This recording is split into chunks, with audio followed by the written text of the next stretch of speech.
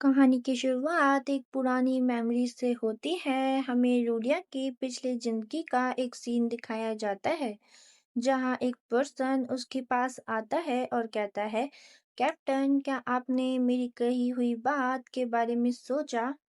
मुझे आपको बाहर चलने के लिए कही काफी समय हो गया है, लेकिन अभी तक आपका कोई जवाब नहीं आया।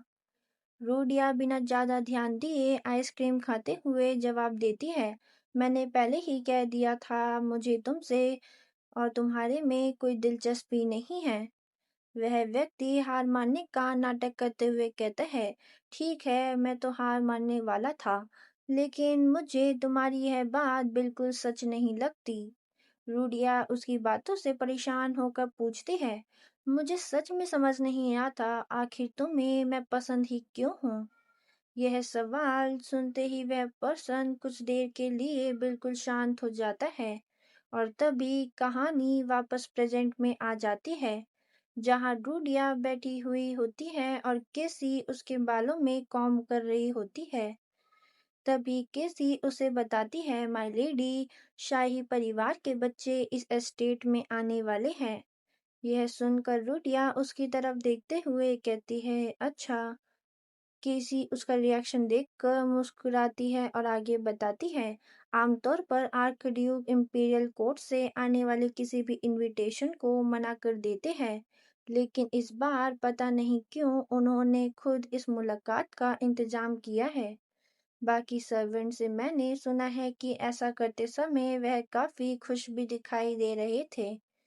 यह सुनकर रूडिया सोचती है कि शायद वह उनसे नहीं मिलेंगी, क्योंकि अभी उसकी तबीयत पूरी तरह ठीक नहीं हुई है। वह कहती है, समझ गई, शायद मैं उनसे नहीं मिल पाऊंगी क्योंकि मैं अभी भी पूरी तरह ठीक नहीं हुई हूँ। यह सुनकर केसी हंसते हुए कहती है, ऐसा भी नहीं है माय लेडी। फिर वह बताती है, आर्कड्यूक ने कहा है कि इस बारे में बात बाद में करेंगे, अभी सबसे जरूरी रूडिया का पूरी तरह ठीक होना है। केसी मुस्कुराते हुए आगे कहती है, लगता है वह चाहते हैं आपका इंपीरियल कोर्ट से ठीक से परिचय करवाया जाए। मैं तो इस मुलाकात के लिए बारे में सोचकर ही बहुत उत्साहित हूँ। क्या आप भी उत्साहित नहीं हैं माय लेडी? रूडिया कुछ पल के लिए चुप रहती है और फिर हल्की मुस्कान के साथ कहती है, हाँ, बहुत उत्साहित हूँ। लेकिन उसके मन में तो कुछ और ही चल रहा होता है। वह डरते हुए सोचती है, अगर मैं इंपीरियल फैमिली से मिली तो मैं अपनी मौत के और करीब पहुंच जाऊंगी। मुझे इससे पहले कि बहुत देर हो जाए इंपीरियल फैमिली के बच्चों और अपने बीच का रिश्ता ठीक करना होगा। इसके बाद सीन बदल जाता है। हमें बाहर का खूबसूरत मौसम दिखाई देता है। रूडिया गार्डन में एक बड़े पेड़ के नीचे बैठी होती है और काफी परेशान होकर सोच रही होती है, आखिर मुझे करना क्या चाहिए। तभी उसकी शांत जिंदगी में दो बच्चों की एंट्री होती है। वे रूडिया को देखते ही हंसने लगते हैं और चिल्लाकर कहते हैं, अरे देखो तो कौन है। रूडिया उनकी तरफ देखकर चौंक जाती है। तभी वह लड़का उसका मजाक उड़ाते हुए कहता है, वही बेवकूफ लड़की जिसे सांप ने पकड़ लिया था। दोनों बच्चे हंसने लगते हैं। लड़का उसे लिटिल फूल कहता है, जबकि उसके साथ खड़ी लड़की कहती है, हमने सुना है कि जब सांप ने तुम्हें पकड़ा था तब तुम बच्चे की तरह रोने लगी थी। यह सुनते ही रूडिया का गुस्सा बढ़ जाता है। वह मनी मन सोचती है, ये दोनों आर्कड्यूक के ग्रेट नेफ्यू और ग्रेट नीस है। इन्हें पता है कि मैं काउंट मैरिज की गोद ली हुई बेटी हूँ, इसलिए ये मेरा मजाक उड़ा रहे हैं। क्या इनके माता पिता ने इन्हें बिल्कुल भी तमीज नहीं सिखाई? रूडिया गुस्से में उनसे पूछती है, क्या तुमने मुझे रोते हुए देखा था? लेकिन बच्चे हंसते हुए कहते हैं, हमें देखने की जरूरत ही नहीं है, सब जानते हैं कि तुम एक बेवकूफ और झूठी रोने वाली लड़की हो।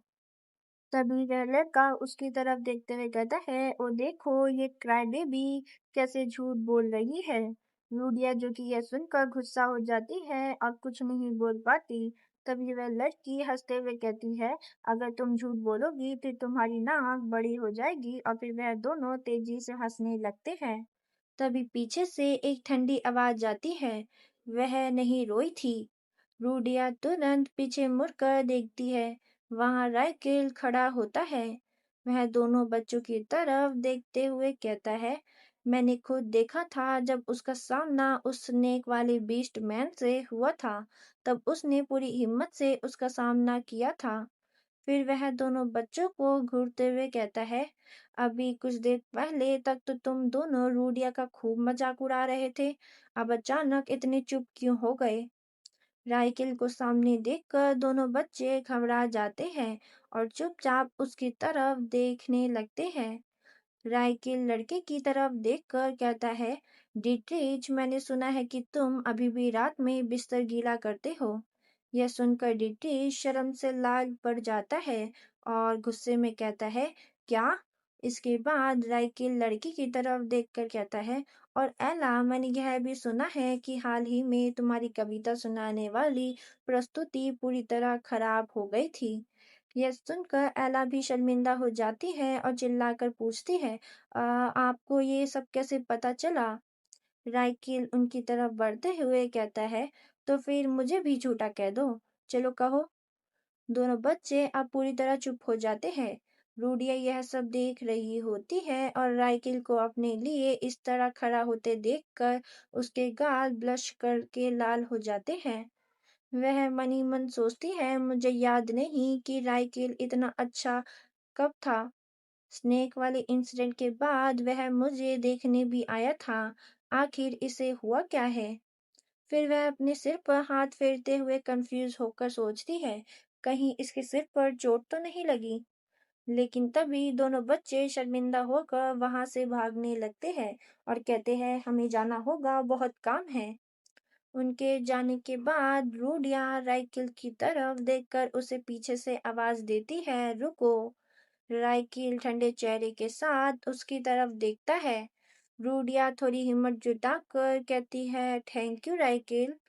यह कहते समय रूडिया बेहद प्यारी लग रही होती है। राइकिल उसे कुछ पल तक देखता रहता है और वह भी हल्का ब्लश करता है, लेकिन वह कुछ नहीं कहता और चुपचाप वहां से जाने के लिए मुड़ जाता है। फिर जाते जाते वह उसे फूल कह देता है। यह सुनते ही रूडिया का सारा मूड फिर से खराब हो जाता है। वह उसके पीछे भागते हुए कहती है, रुको, तुम जा कहाँ रहे हो? राइकिल बिना पीछे देखे जवाब देता है, मैं तुम्हें क्यों बताऊं? रूडिया तुरंत कहती है, तुमने कहा था कि तुमने मुझे सांप से लड़ते हुए देखा था। इसका मतलब मैं तुम्हारी मंगेतर बनने के लिए आधी तरह से योग्य तो हूँ, है ना? राइकिल ठंडे अंदाज में जवाब देता है, नहीं, क्योंकि तुम उस सांप को पकड़ने में नाकाम रही थी।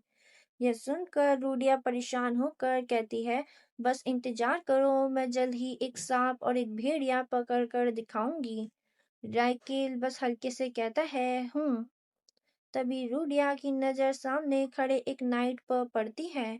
नाइट राइकिल को देखकर कहता है, आप जल्दी आ गए माय लॉर्ड। फिर उसकी नज़र रूडिया पर पड़ती है और वह कहता है, ओह हेलो लेडी रूडिया। रूडिया मन ही मन सोचती है, अच्छा तो ये ट्रेनिंग ग्राउंड जा रहा था। फिर वह अचानक नाइट की तरफ देखकर सिर पर हाथ रखती है और उसे सैल्यूट करते हुए कहती है, रूडिया ड्यूटी के लिए तैयार है? नाइट हैरानी से पूछता है, ड्यूटी के लिए तैयार?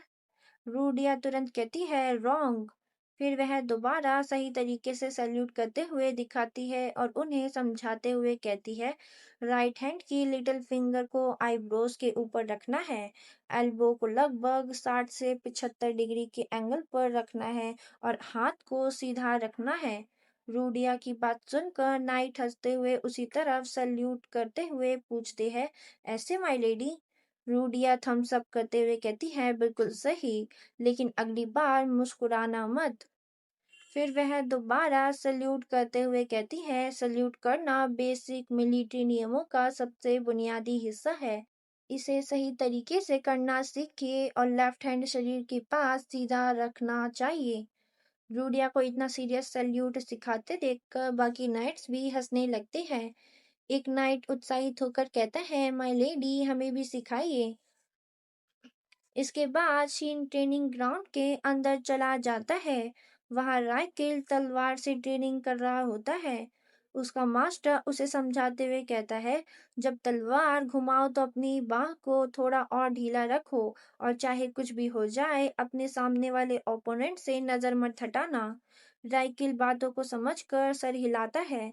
रूडिया दूर से यह सब देख रही होती है और मन ही मन सोचती है, वाह, इतनी छोटी उम्र में ही यह असली तलवार से ट्रेनिंग कर रहा है।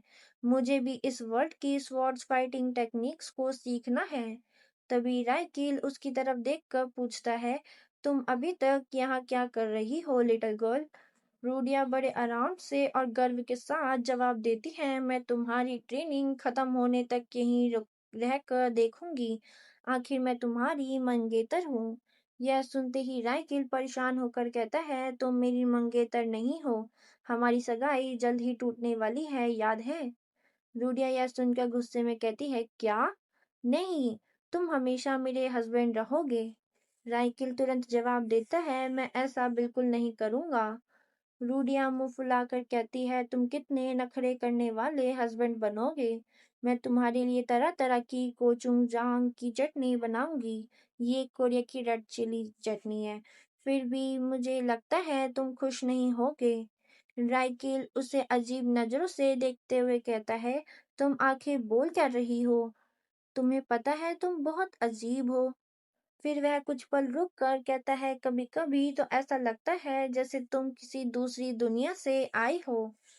यह सुनते ही रूलिया के होश उड़ जाते हैं। वह घबरा कर राइकिल को देखने लगती है। उसके मन में तुरंत सवाल उठता है, क्या इसे कुछ पता चल गया? और डर के मारे उसके मुंह से बस इतना ही निकलता है, हाँ। उसके बाद अचानक सीन चेंज होता है। हमें एक सुनसान और काफी डरावनी जगह दिखाई जाती है, जहां वही स्नेक बीस्ट मैन मौजूद होता है, लेकिन इस बार वह पूरी तरह ठीक दिखाई दे रहा होता है। तभी एक पर्सन उसके पास आता है और उसे देखकर कहता है, इतनी जल्दी अपने इंसानी रूप में वापस आना कमाल है। यह सुनकर वह स्नेक बीस्ट मैन हल्का सा मुस्कुराता है। तभी उसके सामने खड़ा वही पर्सन आगे कहता है, स्नेक बीस्ट मैन की हीलिंग एबिलिटी वाकई हैरान कर देने वाली है। फिर वह उसे देखते हुए सीरियस होकर कहता है कि लेकिन हमारी पिछले मिशन के फेल होने की वजह से मुझे काफी अफसोस है। इसकी वजह से आगे चलकर हमारे लिए काफी परेशानी खड़ी हो सकती है। इसके बाद उसका चेहरा और भी सीरियस हो जाता है और वह कहता है, लेकिन मुझे डर है कि अब हमें सबसे पहले आर्कड्यूक आर्किड्स को रास्ते से हटाना पड़ेगा। और यहीं पर यह एपिसोड खत्म हो जाता है। अब आगे क्या होगा? क्या आर्कड्यूक आर्किड को सच में कोई खतरा होने वाला है? और आखिर ये लोग उसके पीछे क्यों पड़े हैं? इन सारे सवालों के जवाब आपको नेक्स्ट एपिसोड में मिलेंगे, जो अगले ट्यूसडे को आएगा। तो तब तक के लिए वेट कीजिए, और अगर आपको ये एपिसोड पसंद आया तो वीडियो को लाइक करना और चैनल को सब्सक्राइब करना बिल्कुल मत भूलना। And thank you for watching.